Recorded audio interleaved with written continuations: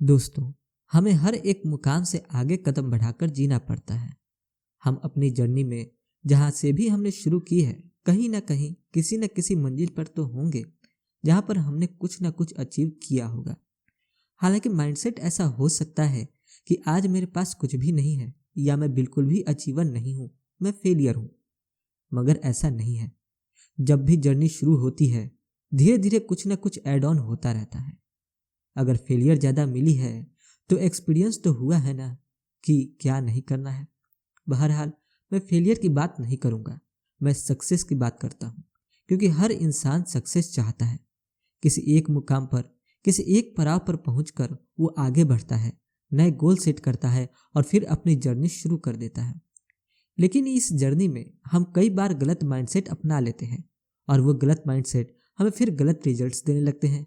और फिर हम अपने आप से क्वेश्चन करने लगते हैं कि अब मैं अनलकी हो गया हूँ, कि अब मुझे सक्सेस नहीं मिलती। और ऐसे तमाम सवाल और भी ऐसे ही गलत माइंडसेट डेवलप करते चले जाते हैं।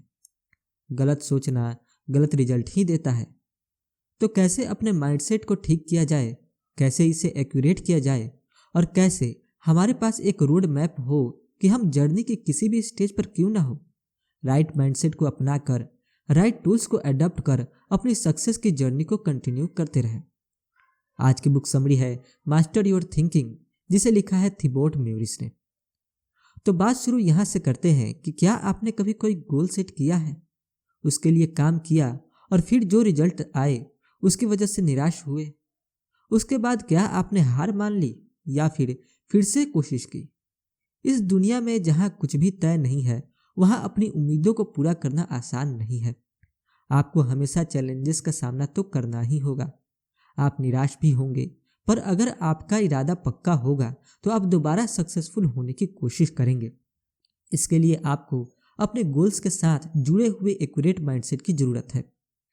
आपको अपने माइंडसेट को, सच को एक्सेप्ट करने के लिए, पर आपकी सक्सेस के लिए क्या जरूरी है उस पर फोकस करने के लिए ट्रेन करना होगा। यह समरी आपको आपकी उम्मीदों को मैनेज करने में मदद करेगी। आपको एहसास होगा कि कुछ ऐसी चीजें होती हैं जिन्हें आपको अपने पास रखना चाहिए और कुछ ऐसी चीजें होती हैं जिन्हें छोड़ देना चाहिए। यह समरी 3 पार्ट्स में डिवाइड की गई है। पहला पार्ट गलत थिंकिंग के बारे में है और उसे कैसे छोड़ना है इस बारे में बात करता है। इसमें आपको पता चलेगा कि कैसे आपके गलत थॉट्स आप पर और आपके एक्शन पर असर डालते हैं। दूसरा पार्ट इस बारे में बात करेगा कि कैसे आपके एक्सपेक्टेशंस को रियलिटी से मिलना चाहिए। यह आप सीखेंगे कि कैसे अपने गलत अनुमानों को छोड़ें और स्मार्ट डिसीजन लेना शुरू करें। तीसरा पार्ट रियलिटी के मॉडल के बारे में बात करता है, जिसकी जरूरत आपको अपने लिए। इसमें आप अपना मॉडल बनाना सीखेंगे जो आपको आपके गोल्स को जल्दी अचीव करने में मदद करेगा। इस समरी के आखिर में आपका माइंडसेट अलग और नया होगा, जो आपको प्रोडक्टिव रहने में और सब्र रखने में मदद करेगा। जैसे कि कहावत है, सक्सेस एक मैराथन है, कोई रेस नहीं। आपको इस लंबे सफर को पूरा करने के लिए स्ट्रॉन्ग, हेल्दी, डिसिप्लिन माइंड की जरूरत होगी और ये अचीव करने में ये समरी आपको गाइड बनेगी। तो आइए इस इंसाइटफुल जर्नी की शुरुआत करते हैं इस पहले चैप्टर से। Part 1, the cost of inaccurate thinking. जैसा कि आप जानते ही होंगे कि आपके थॉट्स आपके एक्शंस को डिसाइड करते हैं। कई बार आपको इसलिए नेगेटिव रिजल्ट्स मिलते हैं क्योंकि आप चीज़ों के बारे में गलत सोचते हैं। ये रिजल्ट्स है लाइफ में बेवजह की दिक्कतें, समय और एनर्जी की बर्बादी, बुरा महसूस करना और बहुत दबाव महसूस करना। इन रिजल्ट्स को हम इस तरह की थिंकिंग का नतीजा कहते हैं। इस इसका पहला रिजल्ट ये है कि गलत थिंकिंग आपकी ज़िंदगी में बेवजह का ड्रामा क्रिएट करवाती है। ऐसा नतीजा इसलिए मिलता है क्योंकि आप बायस जजमेंट करते हैं। जैसे कभी कभी आप अपने गलत एजम्पशंस की वजह से किसी से सुनी हुई या देखी हुई बात का गलत मतलब निकाल लेते हैं। अगर आपके पास पूरी इन्फॉर्मेशन नहीं है तो आपको जज नहीं करना चाहिए। आपको पहले उस इन्फॉर्मेशन को लेकर फैक्ट चेक करने चाहिए। आप ऐसा 2 तरीकों से कर सकते हैं। पहला स्टेप, आप सीधा उस इंसान से ही पूछ लीजिए।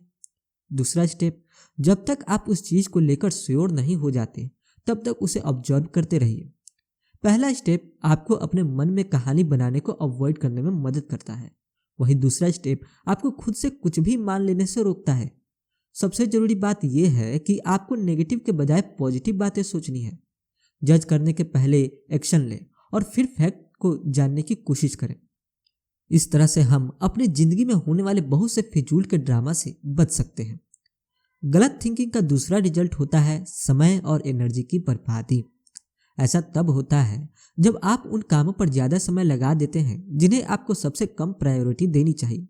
जब आप इस बात पर ध्यान नहीं देते कि जॉब को सही ढंग से कैसे करना है, तभी आप समय और एनर्जी को बर्बाद कर देते हैं। हम इन रिजल्ट्स को जरूरी कामों को पहचान कर ठीक कर सकते हैं।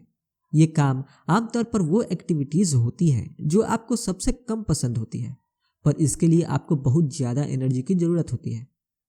प्रायोरिटी देने वाले कामों को पहचानने के बाद आपको ये भी पता करना होगा कि वो काम जल्दी और अच्छे से कैसे पूरा किया जा सकता है। आप खुद से पूछ सकते हैं कि क्या आप पहले से बनाए हुए किसी टेम्पलेट को दोबारा इस्तेमाल कर सकते हैं या बदल सकते हैं। किसी इन एक्सपीरियंस दोस्त से एडवाइस मांग सकते हैं या फिर टू डू लिस्ट को आसान कामों में डिवाइड कर सकते हैं। इस तरह उन कामों पर भरपूर समय लगा पाएंगे जिनमें फोकस और अटेंशन की जरूरत होती है। अगला गलत थिंकिंग का तीसरा रिजल्ट होता है कि यह आपको खुद के बारे में बहुत बुरा महसूस करवाता है। एक गोल रखना और फिर उसे अचीव करने में फेल हो जाना आपको ऐसा महसूस करवाता है कि आप काबिल नहीं है। हालांकि असली दिक्कत यह है कि आप हकीकत को नहीं समझ पाए हैं। ज़्यादातर हम ऐसे ही गोल सेट करते हैं जिन्हें पूरा करना बहुत मुश्किल होता है। जैसे आप कोचिंग का कोर्स पूरा करने के सिर्फ 3 महीने बाद ही एक फुल टाइम कोच बनने का टारगेट रखते हैं। ये गोल आसान काम नहीं है जिससे आप मामूली सी एफर्ट से पूरा कर लेंगे। जब आप उस काम को करते हैं तब आपको एहसास होता है कि इसके लिए बहुत से समय और एनर्जी की ज़रूरत है। इस वजह से जब आप अपने अभी के हालात में उसे अचीव नहीं कर पाते हैं तो फिर निराश महसूस करने लगते हैं। हालांकि आप इसे ऐसे गोल सेट करके बदल सकते हैं जिन्हें पूरा करना मुश्किल हो। जैसे आप अपने कोचिंग बिजनेस को शुरू करने के लिए 2 साल का गोल सेट करें। इस केस में आप 2 साल सही इंफॉर्मेशन और कोचिंग में एक्सपीरियंस जमा करते हुए बताएंगे। इस तरह से आप निराश नहीं होंगे क्योंकि आपके पास अपने गोल को अच्छे से पूरा करने के लिए काफ़ी समय होगा। गलत थिंकिंग का आखिरी रिजल्ट है दबाव महसूस करना, प्रेशर। हर जगह इंफॉर्मेशन की भरमार है जो आपको आसानी से मिल भी जाती है। रोज रोज बहुत ज़्यादा इंफॉर्मेशन लेने से आप एक तरह का बोझ महसूस करते हैं जिसकी वजह से ज़्यादा डिस्ट्रैक्शन होता है। काम की इंफॉर्मेशन को फिजूल के इंफॉर्मेशन से अलग करके आप इस प्रॉब्लम को सॉल्व कर सकते हैं, क्योंकि आप सारे इंफॉर्मेशन का इस्तेमाल नहीं कर सकते। इसलिए आपको बस उन्हें ही चुनना चाहिए जिनकी आपको ज़रूरत है। इस तरह आप अपने माइंड के से बेकार के इंफॉर्मेशन को निकाल पाएंगे और सिर्फ ज़रूरी इंफॉर्मेशन पर ध्यान दे पाएंगे। कुल मिलाकर ये चैप्टर ये एक्सप्लेन करता है कि गलत थॉट्स के रिजल्ट भी गलत ही मिलते हैं। इसकी वजह से आलस, लिमिटेड बिलीव्स और डिस्ट्रैक्शन हो सकती है। इन रिजल्ट्स के बारे में पता होना आपको इस बात का एहसास दिलाएगा और आपको आगे बढ़ने में मदद करेगा। नेक्स्ट चैप्टर है why your current thinking is inaccurate. आपके गलत सोचने की 4 वजह होती है। पहला, आप अपनी रियलिटी के बारे में गलत एजम्पशंस बना लेते हैं। दूसरा, आप कॉग्निटिव बायस के शिकार हो जाते हैं। तीसरा, आप अपने ईगो को बचाते रहते हैं। और चौथा, आप अपने नेगेटिव इमोशंस के वश में हो जाते हैं। पहली वजह यह है कि गलत एजम्पशंस की वजह से आप गलत एक्शन लेंगे और आपको गलत रिजल्ट मिलेगा। लोग यह मान लेते हैं कि जो चीज़ नामुमकिन लगती है वो नामुमकिन ही है। अगर आप इस गलत माइंडसेट के साथ जी रहे हैं तो आप अपने किसी भी गोल को पूरा नहीं कर पाएंगे, क्योंकि जो भी आप सोचते हैं वो आपके एटीट्यूड, फीलिंग्स और एक्शंस पर असर डालता है। पर सवाल यह है कि आप गलत एजम्पशंस क्यों बनाते हैं। ब्रेन का काम है चीज़ों का मतलब निकालना, इसलिए आप बिना कुछ किए ही किसी भी चीज़ के बारे में अज्यूम कर लेते हैं, मतलब यूं ही मान लेते हैं। आप जिस चीज़ को सच मानते हैं वो भी एक वजह होती है, क्योंकि आप दुनिया को लेकर अपने नज़रिए के हिसाब से अपना एक सच बना लेते हैं। आपका ये नज़रिया आपके आसपास के लोगों और चीज़ों के असर की वजह से बनता है, जैसे ये आपके पेरेंट्स, टीचर्स, फ्रेंड्स, मीडिया या खुद के एक्सपीरियंस की वजह से हो सकता है। दूसरी वजह यह है कि लोग अक्सर कॉग्निटिव बायस के शिकार हो जाते हैं। सबसे कॉमन कॉग्निटिव बायस है self serving bias, sunk cost fallacy planning fallacy, survivorship bias और Dunning Kruger effect. Self serving bias का मतलब है कि जब आप किसी काम को करने में सक्सेसफुल हो जाते हैं तो उसका क्रेडिट आप खुद को देते हैं, और जब आप किसी चीज में फेल हो जाते हैं तो उसके लिए पूरी बुरी किस्मत को दोष देते हैं। बायस की वजह से आप बस रिजल्ट पर ध्यान देते हैं, उसके प्रोसेस पर नहीं, और जब रिजल्ट नेगेटिव होता है तो आप खुद को अनलकी बोल देते हैं। सॉन्ग कस्ट का मतलब है पास्ट में हुई चीजों के हिसाब से डिसीजन लेना। अगर आपने पास्ट में अच्छा किया था तो आप एक्सपेक्ट करते हैं कि आपको फ्यूचर में भी सेम रिजल्ट्स मिलेंगे। जैसे आपके रिलेशनशिप को कई साल हो चुके हैं और आप फिर भी उसे कंटिन्यू करना चाहते हैं, जबकि ब्रेकअप करना सबसे बेस्ट डिसीजन होता है। आपने किसी चीज में इन्वेस्ट किया और आप अब उसे छोड़ने के लिए तैयार नहीं है, आप तब भी उसे कंटिन्यू करते रहते हैं भले ही वो आपके लिए सही नहीं होता है। प्लानिंग फैलेसी का मतलब होता है ऐसी उम्मीदें रखना जिनका सच होना मुश्किल है। इसमें आप उन चैलेंजेस के बारे में नहीं सोचते जिनसे उस प्रोसेस के दौरान आपका सामना हो सकता है। आखिर में आप निराश हो जाते हैं क्योंकि आप अपनी उम्मीदों पर खरा नहीं उतर पाते। सर्वाइवरशिप बायस वो होता है जिसमें आप किसी इंसान से सिर्फ सक्सेस की कहानी को ऑब्जर्व करने पर ध्यान देते हैं और बाकी क्या गलत हो सकता है उसकी प्रोबेबिलिटी को अनदेखा कर देते हैं। आप क्या जानना चाहते हैं और क्या नहीं, इस बारे में आप सिलेक्टिव बनने लगते हैं। जैसे आप फेल हुए लोगों की स्टोरीज को नहीं पढ़ते हैं क्योंकि आप सोचते हैं कि आप भी बाकी के सक्सेसफुल लोगों की तरह लकी हैं। हालांकि सक्सेस बहुत सारे फेलियर और लेसन्स के बाद ही मिलती है। डनिंग क्रूगर इफेक्ट का मतलब है ऐसा सोचना कि आप किसी चीज के बारे में जितना सच में जानते हैं उससे ज्यादा जानते हैं। बात यह है कि जो चीज हमें पता नहीं वो बस हमें नहीं पता। जैसे आप एक हेयर ड्रेसर हैं पर पॉलिटिकल मुद्दों के बारे में बहस करते हैं जो आपके फील्ड के बाहर की बात है। चलिए आप गलत क्यों सोचते हैं इसकी तीसरी वजह के बारे में जानते हैं, जो है अपने ईगो को प्रोटेक्ट करना। आप ऐसा तब करते हैं जब आप ये नहीं मानते कि आप गलत हैं। अगर आप अपने ईगो को छोड़ेंगे नहीं तो आप अपनी गलतियों से सीख नहीं पाएंगे। इसका रिजल्ट नकारना, दूसरों की मदद लेने से मना करना, फेलियर को अवॉइड करना और अपने सिचुएशन के लिए दूसरों को ब्लेम करना भी हो सकता है। गलत सोच की चौथी और आखिरी वजह यह है कि आप पॉजिटिव से ज्यादा नेगेटिव इमोशंस पर ध्यान देते हैं।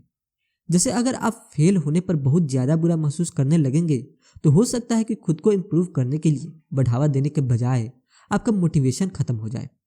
ऐसा इसलिए होता है क्योंकि आप अपने माइंड में कुछ चीजों को जनरल बात मान लेते हैं, जैसे कि आप हमेशा गलत हैं या आप कभी भी कुछ सही नहीं कर सकते। ये वो गलत थॉट्स होते हैं जो आपको खुद के बारे में बुरा महसूस करवाते हैं। आपका सब कुछ या कुछ भी नहीं वाला माइंडसेट भी हो सकता है, जहां आप ऐसा सोचते हैं कि मैं तभी खुश रहूंगा जब मेरी शादी इस इंसान से होगी। इस तरह के माइंडसेट से आपको खुशी नहीं मिल सकती, बल्कि बस निराशा और डिससेटिस्फैक्शन ही मिलता है। कभी कभी आप चीजों को ड्रामा भी बना देते हैं, जैसे कि किसी बुरी सिचुएशन से गुजरते वक्त कुछ बहुत बुरा होने के बारे में सोच लेना। जैसे आपके बॉस ने किसी गलती के लिए आपको डांटा, पर आपने पहले ही सोच लिया था कि आपकी जॉब जाने वाली है और आप बेघर होने वाले हैं, जैसा कि शायद असल में नहीं होगा। कुल मिलाकर के सेकंड चैप्टर ने हमें इस बारे में बताया कि लोग गलत क्यों सोचते हैं। इसमें आपने अलग अलग फैक्टर्स के बारे में जाना, जैसे कि सच के बारे में गलत एजम्पशंस करना, बायस्ड माइंडसेट का होना, पर्सनल ईगो और नेगेटिव इमोशंस जिनकी वजह से आप गलत सोचते हैं। Part 2, accepting reality as it is. पिछले चैप्टर्स में हमने सीखा कि गलत सोचने को कैसे छोड़ा जाए। अब आगे की चैप्टर्स में हम बात करेंगे कि खुद को रियलिटी के साथ कैसे जोड़ना है। रियलिटी को एक्सेप्ट करने का सबसे अच्छा तरीका है उसके रूल्स को जानना और समझना। ऐसा होना चाहिए और ऐसा है में फर्क होता है। ऐसा होना चाहिए का इस्तेमाल करने की वजह से आप हकीकत को अनदेखा कर देते हैं, पर एक इमेजिनेशन बना लेते हैं जिसमें हर कोई सक्सेसफुल और खुश होता है। ऐसा होना चाहिए आपको सच को एक्सेप्ट करने से भी रोकता है। क्यों किया तो गलत चीजों पर विश्वास करते हैं। जैसा कि आप सोचते हैं कि किसी को भी गरीब नहीं जीना चाहिए या फिर सभी बहुत ज्यादा अमीर होने चाहिए। ऐसा सोचना बुरा नहीं है, पर इसकी वजह से आप बस दुनिया में हो रहे इनइक्वालिटी की सच्चाई को अनदेखा कर रहे हैं। हम अपने गलत थॉट्स को ऐसा होना चाहिए को ऐसा हो सकता है से बदल कर सही कर सकते हैं। ऐसा होना चाहिए कि बस यही मतलब निकलता है कि कुछ ना कुछ गलत है। वही ऐसा हो सकता है से आपको पॉसिबिलिटीज ज़्यादा मिल सकती है। जैसे आपने बोला कि मुझे काम करना चाहिए, इसका मतलब है कि अभी आप काम नहीं कर रहे हैं क्योंकि आप आलसी हो गए हैं। लेकिन अगर आप इसे मैं काम कर सकता हूँ इसे बदल देते हैं तो आप खुद को काम करने के लिए बोल रहे हैं। ये चॉइस आपकी है। इसका दूसरा एग्जाम्पल है जब आप ऐसा सोचते हैं कि आपको ज़्यादा पैसे कमाने चाहिए, ऐसे में ज़्यादा पैसे कमा सकता हूँ से बदलते हैं ताकि आप इस सच को एक्सेप्ट कर पाएं कि आपके पास उतने पैसे नहीं है जितना आप चाहते हैं। और ऐसा करने से फ्यूचर में आप ज़्यादा पैसे कमाने के लिए कुछ ना कुछ करेंगे। कुल मिलाकर ये चैप्टर इस बात को एक्सप्लेन करता है कि आप रियलिटी को सिर्फ तभी एक्सेप्ट कर पाएंगे जब आप चीज़ों को ठीक वैसे ही देखेंगे जैसे कि वो अभी है। इस तरह आप अपने प्रेजेंट को जान लेते हैं और चीज़ों को पाने और इम्प्रूव करने के लिए अपने एक्शंस के ब्लूप्रिंट को बनाकर बेहतर फ्यूचर के बारे में सोच पाते हैं। Uncovering your assumptions. अपने एजम्पशंस पर कवर हटाने के दो स्टेप्स होते हैं। पहला उसे पहचानना, दूसरा उसे टेस्ट करना। अपने गोल के बारे में अपने सारे एजम्पशंस को पहचानें। ये ऐसी उम्मीदें हो सकती है जिनका पूरा होना मुश्किल है या फिर इससे भी जरूरी वो रिजल्ट हो सकते हैं जो आप आगे पाना चाहते हैं। जैसे किसी राइटर का गोल है एक बेस्ट सेलिंग बुक लिखना। इसके लिए राइटर ऐसा मानता है कि अगर वो नेशनल टीवी पर आएगा तो उसकी बुक की हजारों कॉपियां बिक जाएंगी। लेकिन ये अजम्पशन ऐसी उम्मीद का एग्जाम्पल है जिसका पूरा होना मुश्किल है। रीडर्स को बुक तक पहुंचने में समय लगता है। ये आप जितना सोचते हैं उतना आसान नहीं है।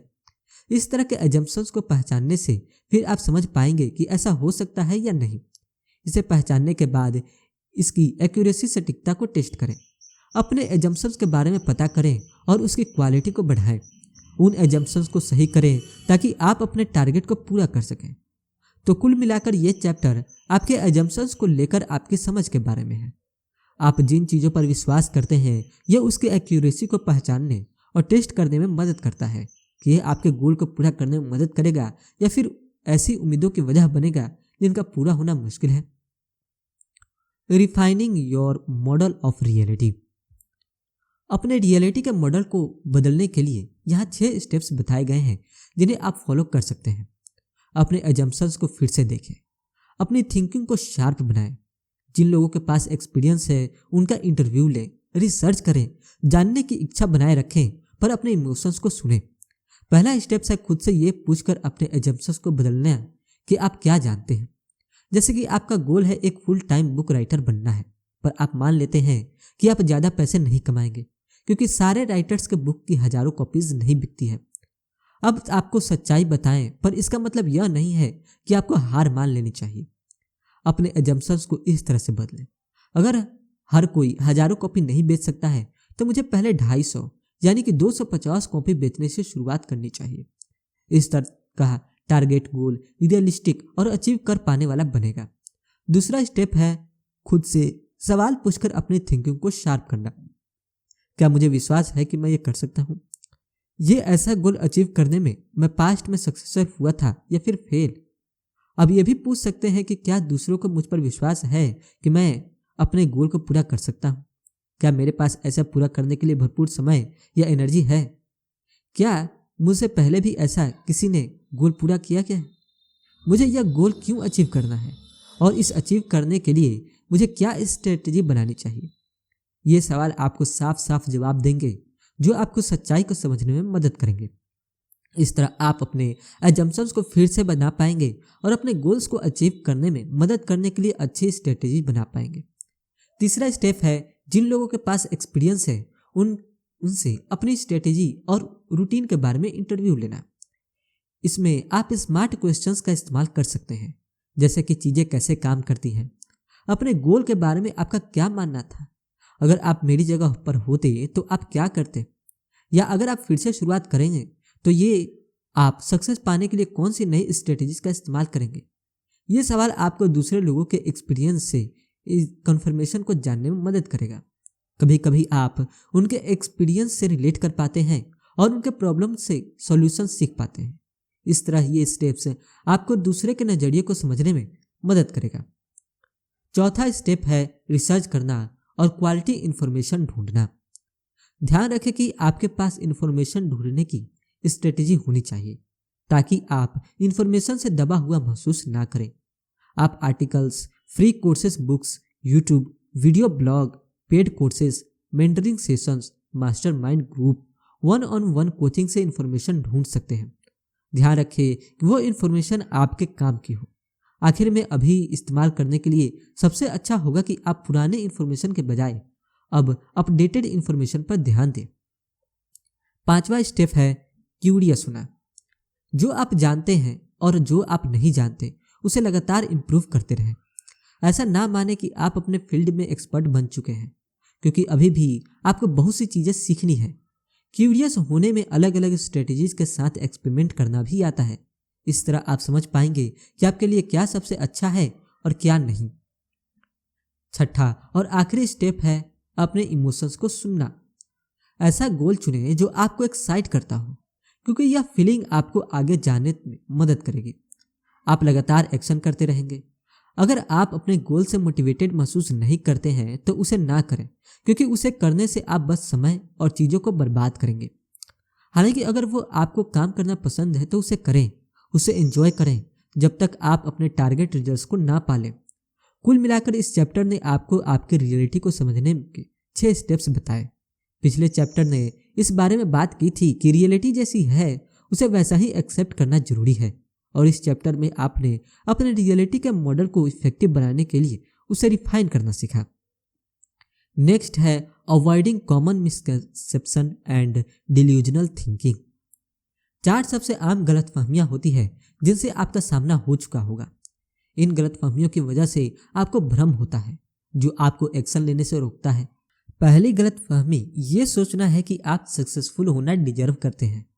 यह हक के बारे में है, जहां आप महसूस करते हैं कि आप हमेशा खुशी, सक्सेस, एक्साइटिंग जॉब, प्यार, अच्छी हेल्थ डिजर्व करते हैं। जब आप इन फैक्टर्स के बारे में बहुत परवाह करते हैं तो आप इन पर अपना हक मानने लगते हैं। आप इन रिजल्ट्स को अपने एक्शंस के ऑटोमेटिक रिवॉर्ड की तरह समझते हैं, जबकि ऐसा नहीं होता। जब आप इन्हें अचीव नहीं कर पाते हैं तब आप निराश भी हो जाते हैं। अब आप किसी पर्सनल रिटर्न की उम्मीद रखे बिना इनकी परवाह करके इसे सॉल्व कर सकते हैं। अपने गोल को लेकर कमिटेड रहें और अपने रिजल्ट्स को बोलने दें।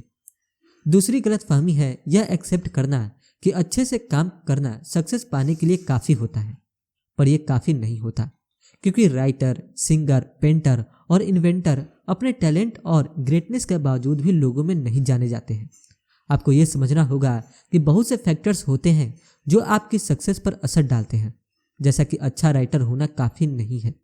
अपने बुक को अच्छे से प्रमोट करने के लिए आपके पास मार्केटिंग स्किल भी होनी चाहिए, नहीं तो कोई भी उसे नहीं खरीदेगा। तीसरी गलतफहमी है ऐसा माइंडसेट रखना कि आप सक्सेस से बस एक कदम दूर हैं। आप अपना गोल को पूरा करने के लिए अपना टाइम और एनर्जी लगाते हैं और मानते हैं कि अगर आप लगातार काम करेंगे और कमिटेड रहेंगे तो धीरे धीरे उसे अचीव कर लेंगे। लेकिन आपको ये देखना चाहिए कि ये एफर्ट्स आपको आपके गोल को पाने में मदद कर रहे हैं या नहीं। आपको खुद से पूछना होगा कि आपने काम करना शुरू किया था तब से कितना समय हो गया है और आपका प्रोग्रेस क्यों नहीं हुआ।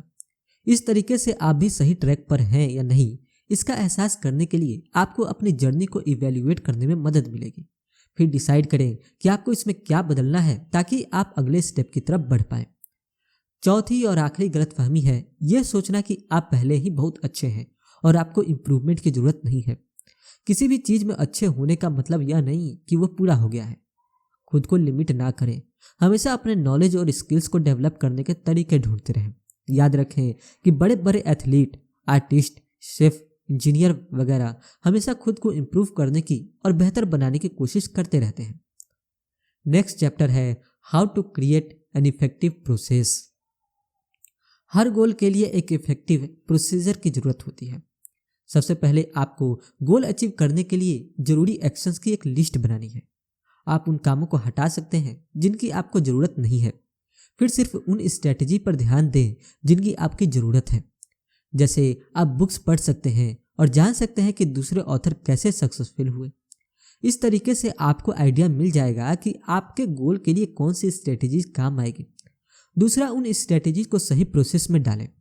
आप एक बार में एक ही गोल अचीव कर सकते हैं। जैसे नंबर 1 गोल है बुक्स को 2 सेट में रिलीज करना, दूसरा गोल है बुक को 3 लैंग्वेज में ट्रांसलेट करना, और तीसरा गोल है बुक के प्रमोशन के लिए कई तरह के ऐड देना।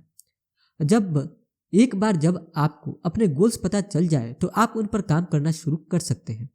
यह पहचानना कि पहले किस गोल पर ध्यान देना है आपको उस पर भरपूर समय और एफर्ट लगाने में मदद करेगा। आप रियलिस्टिक एक्सपेक्टेशंस के साथ अपने गोल के लिए प्रोसीजर के डिसाइड करके भी इसे अचीव कर सकते हैं। एक इफेक्टिव प्रोसेस बनाने का तीसरा स्टेप है लंबे समय तक चलने वाले डिजाइन के बारे में सोचना। ज्यादातर आप कम समय में पूरे होने वाले गोल्स के बारे में सोचते हैं क्योंकि आप सब्र नहीं रख सकते। कभी ऐसा भी होता है कि आप जो कर सकते हैं उसे ओवर एस्टिमेट या अंडर एस्टिमेट कर देते हैं। कभी कभी जब आप चैलेंजेस का सामना करते हैं तब आप निराश महसूस करते हैं। आपको हर चीज को लेकर बड़ी बड़ी उम्मीदें रखना भी बंद करना होगा। इसके बजाय ऐसा सोचे कि आपको नहीं पता है कि आगे क्या होगा और हो सकता है कि रिजल्ट्स आपकी उम्मीद से अलग हो। आप जो कर सकते हैं वो ये है कि जब आपको मनचाहा रिजल्ट ना मिले तभी लगातार काम करते रहें। रोज अपने प्रोसेस के प्रति कमिटेड रहें। यहाँ 6 चीजें बताई गई है जिन्हें आप लॉन्ग टर्म थिंकिंग बनाए रखने के लिए अप्लाई कर सकते हैं। पहला, आप क्या बनना चाहते हैं ये इमेजिन करके लंबे समय के लिए विजन बनाएं। जो स्टेप्स आपको लेने हैं उन्हें साफ साफ समझने के लिए इस बात को पहचानने की ये मुमकिन है या नहीं। दूसरा, अपने लॉन्ग टर्म्स गोल के बारे में सोचें। इसके लिए आप एक विजन बोर्ड बना सकते हैं ताकि आप हमेशा उसे देखते रहें। इस तरह आप रोज प्रोग्रेस करने के लिए मोटिवेटेड रहेंगे। तीसरा, दूर की सोचें। अपनी प्रोग्रेस को देखें और इस बात को समझें कि आप अभी भी सही रास्ते पर हैं या नहीं, या फिर आपको फिर से रीडायरेक्शन की जरूरत है। चौथा, उस प्रोसेस को बंद करें। आप में रिजल्ट को लेकर पागलपन नहीं होना चाहिए।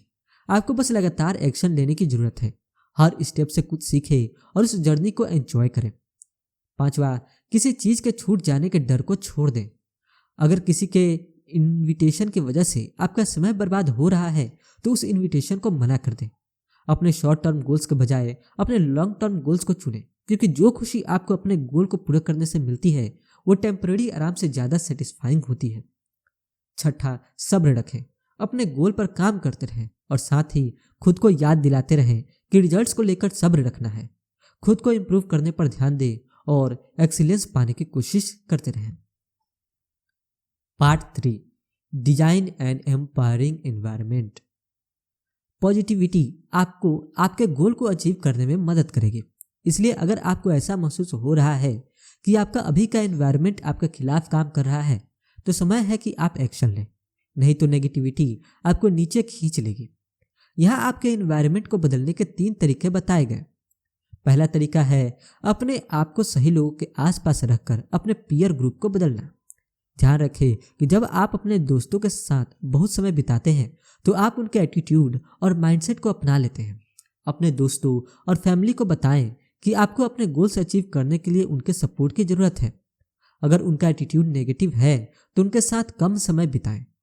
आपको लोगों के इनविटेशन को मना करना होगा ताकि आप बाउंड्री बना पाएं कि आप अपने टाइम और एनर्जी को कहाँ लगाते हैं। अगर आपके दोस्त या फैमिली आपको सपोर्ट नहीं कर रहे हैं तो अपने गोल्स उनके साथ शेयर नहीं कीजिए। उन्हें अपने तक ही रखें और दूसरों से सपोर्ट मांगने के बजाय उनके लिए एक्शन लें। इससे आपकी बहुत मदद होगी क्योंकि उनकी नेगेटिविटी आपके डिसीजन पर असर नहीं करेगी। ग्रुप ज्वाइन करके, कोई इवेंट बनाकर, किसी मेंटर को ढूंढकर या फिर किसी कोच को हायर करके आप खुद को सपोर्ट करने वाले लोगों के आसपास रख सकते हैं। जो लोग आपकी मदद कर सकते हैं उनसे बात करना जरूरी है।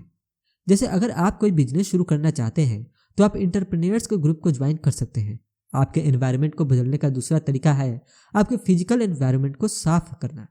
आप अपने डेस्क को साफ करने से इसकी शुरुआत कर सकते हैं। उस पर से उन चीज़ों को हटा दें जिनकी आपको ज़रूरत नहीं है, जैसे स्नैक्स, फ़ोन और जो डॉक्यूमेंट्स अरेंज नहीं है। फिर एक ऐसी जगह बनाएं जहां आपका गोल आपके सामने हो, जैसे दीवार पर एक लिस्ट बनाकर लगा दी ताकि वो आपको याद दिलाती रहे कि आपको क्या क्या करना है। अगर आप सुबह जॉगिंग के लिए जाना चाहते हैं तो रात में ही अपने शूज और कपड़े तैयार कर लें और उन्हें अपने बेड के पास रखें। तीसरा तरीका है अपने डिजिटल एनवायरनमेंट को साफ करना। अपने फ़ोन से नोटिफिकेशन और इंटरनेट कनेक्शन को बंद कर दें और उन ऐप्स को डिलीट कर दें जो आपको अनप्रोडक्टिव बनाते हैं। किसी भी तरह के डिस्ट्रैक्शन को हटा दें ताकि आप अपने गोल पर फोकस कर पाएं। Developing unshakeable confidence. विश्वास रखें कि आप कर सकते हैं और आप कर लेंगे।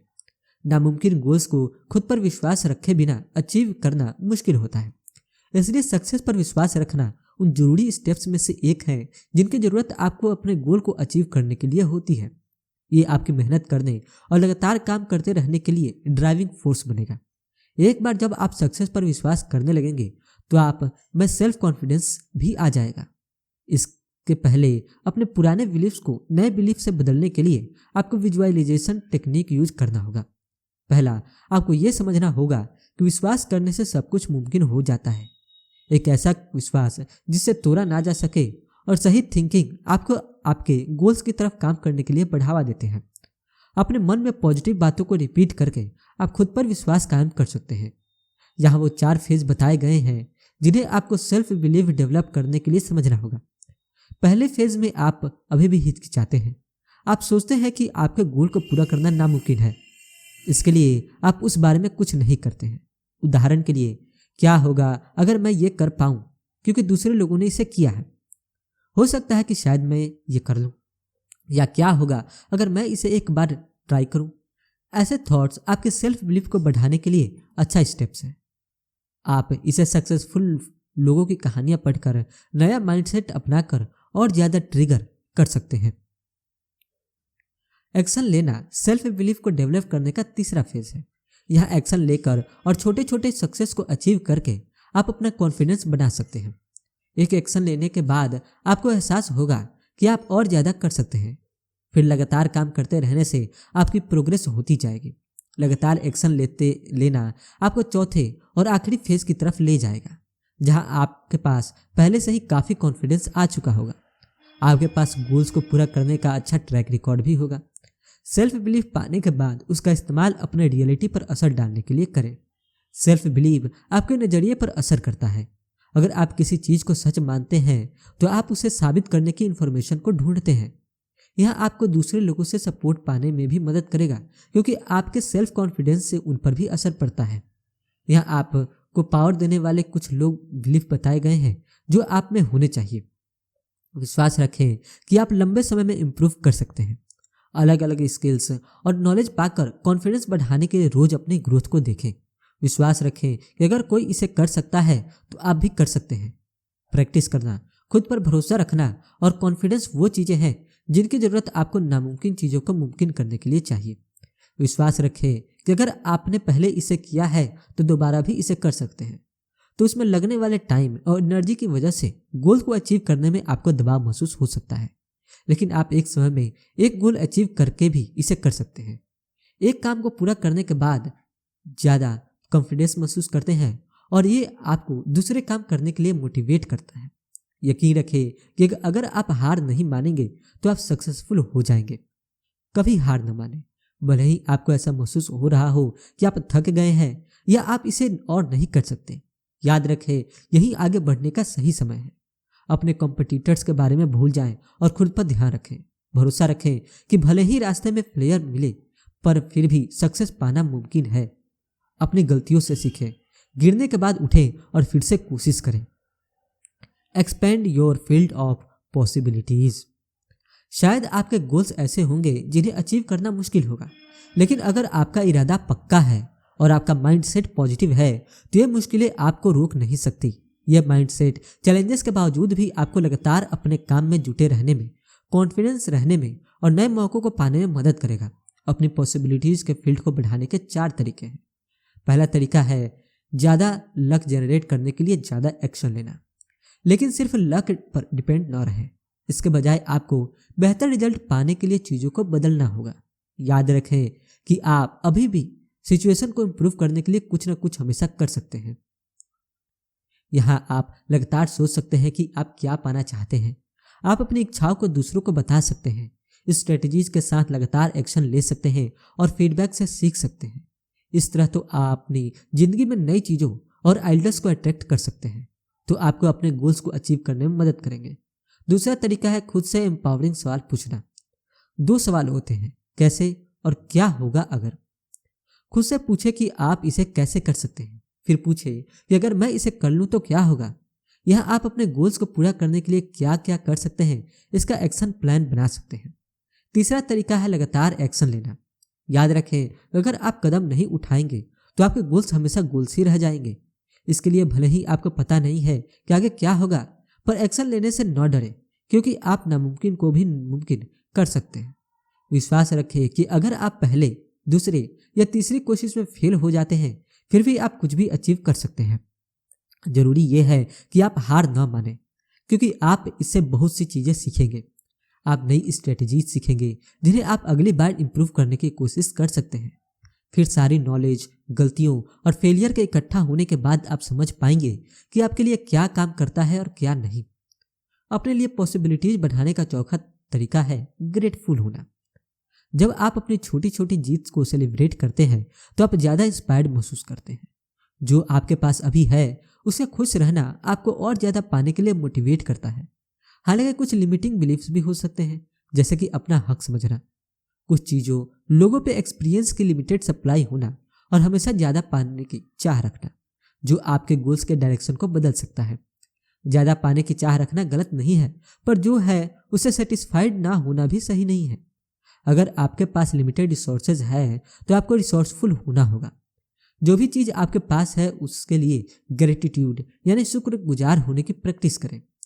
आप जिन चीजों के लिए ग्रेटफुल है उन्हें लिखकर, जिन लोगों से आप मिलते हैं उन्हें थैंक यू बोलकर, किसी चीज के होने को अप्रिशिएट करके या ग्रेटिट्यूड सॉन्ग सुनकर ऐसा कर सकते हैं। कुल मिलाकर ये चैप्टर्स इस बात को बताता है कि आपको खुद के लिए ज्यादा मौके कैसे बनाने हैं। अपने गोल्स को अचीव करते वक्त खुद को लिमिट ना करें। अच्छी हैबिट, संतुष्टि और एक स्ट्रेटेजिक एक्शन प्लान का होना सबसे अच्छा होगा। अब वो मोड जिसे हम कहते हैं कंक्लूजन, यानी कि अभी तक हमने जो भी पढ़ा और सुना उन चैप्टर्स की लर्निंग को हम यहाँ पर रिवाइज करेंगे। तो पहला, आपने जाना कि गलत थिंकिंग के बड़े रिजल्ट्स होते हैं। आपके बायस जजमेंट की वजह से आपको बेवजह दिक्कतों का सामना करना पड़ सकता है, जैसे किसी एक्शन से परेशान होना और उससे गलत समझना। इसका रिजल्ट ये होता है कि आप अपने दिमाग में बनाए हुए गलत कहानी को सोचने में समय और एनर्जी को बर्बाद करते हैं। दूसरा, आपने अपने बुरे ऑप्शंस के पीछे की सच्चाई को जाना। हो सकता है कि आपका माइंडसेट सही ना हो, जिसकी वजह से आपको चीज़ों का मतलब निकाल लेते हैं, खास कर तब जब आप अपने ईगो को प्रोटेक्ट करते हैं और अपने नेगेटिव इमोशंस की सुनते हैं। तीसरा, आपने सीखा कि रियलिटी को एक्सेप्ट करना आपको अपने सक्सेस के ब्लूप्रिंट को बनाने में मदद करेगा। ये आपको चीज़ें जैसी है वैसे ही उन्हें देखने में मदद करेगा। आप मानने लगेंगे कि यही आपकी भी सच्चाई है और इसलिए आप इसे इम्प्रूव करने के तरीके ढूंढेंगे। चौथा, आपने अपने अजम्पशंस को पहचान कर और उनकी एक्यूरेसी को टेस्ट करके उन पर से पर्दा हटाना सीखा। अगर आपके एनालिसिस से ये रिजल्ट मिला है कि आपके अजम्पशंस गलत है, तो आपको एक नया माइंडसेट बनाना होगा जो आपको आपके गोल्स को अचीव करने की तरफ ले जाए। पांचवा, यह मान करके कुछ भी ऐसी चीजें हैं जो आपको पता है और कुछ ऐसी चीजें हैं जो आपको नहीं पता। आपने रियलिटी को एक्सेप्ट करना सीखा। यह एहसास होना बहुत जरूरी है कि अभी आप बहुत इंप्रूव कर सकते हैं, इसलिए आपको सक्सेसफुल होने के लिए उन पर ध्यान देना चाहिए। छठा, अपने हक के कॉन्सेप्ट को समझा। यह नाम आने की अगर आपके पास स्किल्स है तो आप सक्सेसफुल हो जाएंगे। अनरियलिस्टिक एक्सपेक्टेशन से आपको निराशा ही होगी।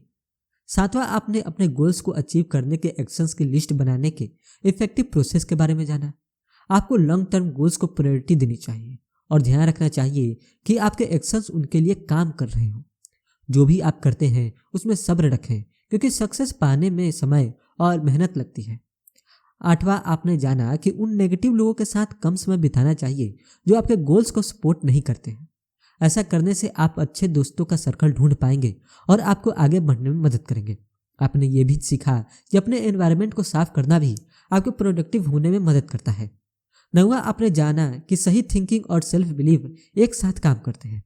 अपने माइंडसेट को पॉजिटिव में बदलना, लिमिटिंग बिलीव्स को हटाना और किसी और से ज़्यादा खुद पर विश्वास रखना अपने गोल्स को सक्सेसफुली अचीव करने का इफेक्टिव तरीका है। 10वां, आपने जाना कि आपको ज़्यादा मौके मिल सकते हैं। आपको बस ये करना है, खुद से यह पूछकर प्लान बनाना है कि आप ये कैसे करेंगे। आपको अपने प्लान के हिसाब से एक्शन लेने हैं और जो भी आपके पास है उसके लिए ग्रेटफुल रहना है। सक्सेस तक पहुंचने की इच्छा भी है राइट माइंडसेट, जो आपको एक्शन लेने, सोच समझकर डिसीजन लेने, ओपन माइंड रखने, खुद पर विश्वास रखने के लिए बढ़ावा देता है। ऐसे माइंडसेट के साथ आप किसी भी गोल को अचीव कर सकते हैं, यहाँ तक कि उन्हें भी जो नामुमकिन लगते हैं। इसलिए प्रैक्टिस करें, अपने थॉट्स को ट्रेन करें और एक्शन लेना शुरू करें। दोस्तों, इसी मोड़ पर यह समरी यहीं पर समाप्त होती है। हम अपनी जर्नी में किसी भी स्टेज पर क्यों ना हो, चाहे हम शुरुआत कर रहे हो या हम कहीं बीच में स्टक कर गए हो या हमने कुछ अचीव कर लिया हो, मगर जर्नी तो जर्नी है, वो कभी भी खत्म नहीं होती। और इस जर्नी के हर मोड़ पर गलत माइंडसेट डेवलप हो सकता है। हम अपने आप को बहुत कुछ समझ सकते हैं, अपनी लर्निंग पर ब्रेक लगा सकते हैं, एजम्पशंस को बढ़ा सकते हैं और सक्सेस से दूर हो सकते हैं।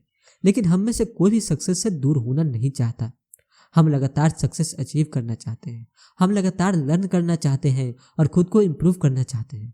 तो जो अगर चाहते हैं तो इस समरी में पूरा रोड मैप है, जो हम हर स्टेप पर मदद करने के लिए हमारे पास है।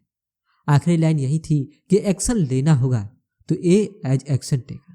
इन चैप्टर्स में से आपने सबसे इंपॉर्टेंट बात क्या सीखी, जो आपको सबसे पहले इंप्लीमेंट करनी है, उसे कमेंट सेक्शन में जरूर लिखिएगा। आपके कमेंट का इंतजार रहेगा। नेक्स्ट बुक समरी आप कौन से सुनना चाहते हैं, आप हमें यह भी सजेस्ट कर सकते हैं। बहुत जल्द एक नई बुक समरी के साथ फिर से होगी आपसे मुलाकात। तब तक रखिए अपना बेहतर ख्याल। जय हिंद, जय भारत।